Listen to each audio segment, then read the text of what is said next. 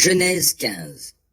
Après ces événements, l'Éternel s'adressa à Abram dans une vision. « Ne crains rien, Abram, lui dit l'Éternel. Je suis ton protecteur, ta récompense sera très grande. » Abram répondit, « Éternel Dieu, que me donnerais-tu? Je n'ai pas d'enfant, et c'est Eliezer de Damas qui héritera tous mes biens. Tu ne m'as pas donné de descendance, poursuivit-il, et c'est un serviteur attaché à mon service qui sera mon héritier. » Alors l'Éternel lui parla en ces termes. « Non, cet homme-là ne sera pas ton héritier.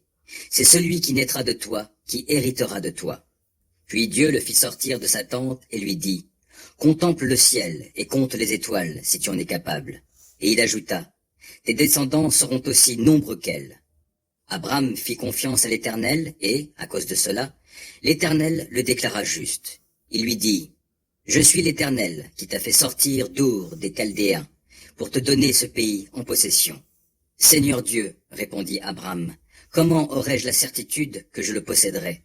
Dieu lui dit, « Va chercher une génisse, une chèvre et un bélier ayant chacun 3 ans, une tourterelle et un jeune pigeon. » Abram alla prendre ces animaux, les coupa tous en 2 par le milieu, excepté les oiseaux, et pour chacun d'eux disposa les 2 moitiés face à face. Des oiseaux de proie fondirent sur les bêtes mortes, mais Abram les chassa. Au moment où le soleil se couchait, une grande torpeur s'empara d'Abram et, en même temps, l'angoisse le saisit dans une profonde obscurité. Le Seigneur lui dit, « Sache bien que tes descendants vivront en étrangers dans un pays qui ne leur appartiendra pas. On en fera des esclaves et on les opprimera pendant 400 ans.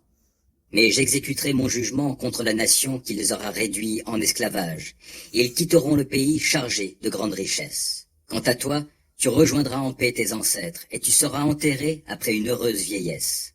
C'est seulement à la 4e génération que tes descendants reviendront ici, car, jusqu'à présent, les Amoréens n'ont pas encore mis le comble à leurs crimes. » Lorsque le soleil fut couché et que l'obscurité fut totale, un tourbillon de fumée et une torche de feu passèrent soudain entre les animaux partagés. Ce jour-là, l'Éternel fit alliance avec Abram et lui dit, « Je promets de donner à ta descendance tout ce pays, depuis le fleuve d'Égypte jusqu'au grand fleuve, l'Euphrate, le pays des Kéniens, des Kénisiens, des Cadmonéens, des Hittites, des Phéréziens, des Réphaïm, des Amoréens, des Cananéens, des Girgasiens et des Yébousiens.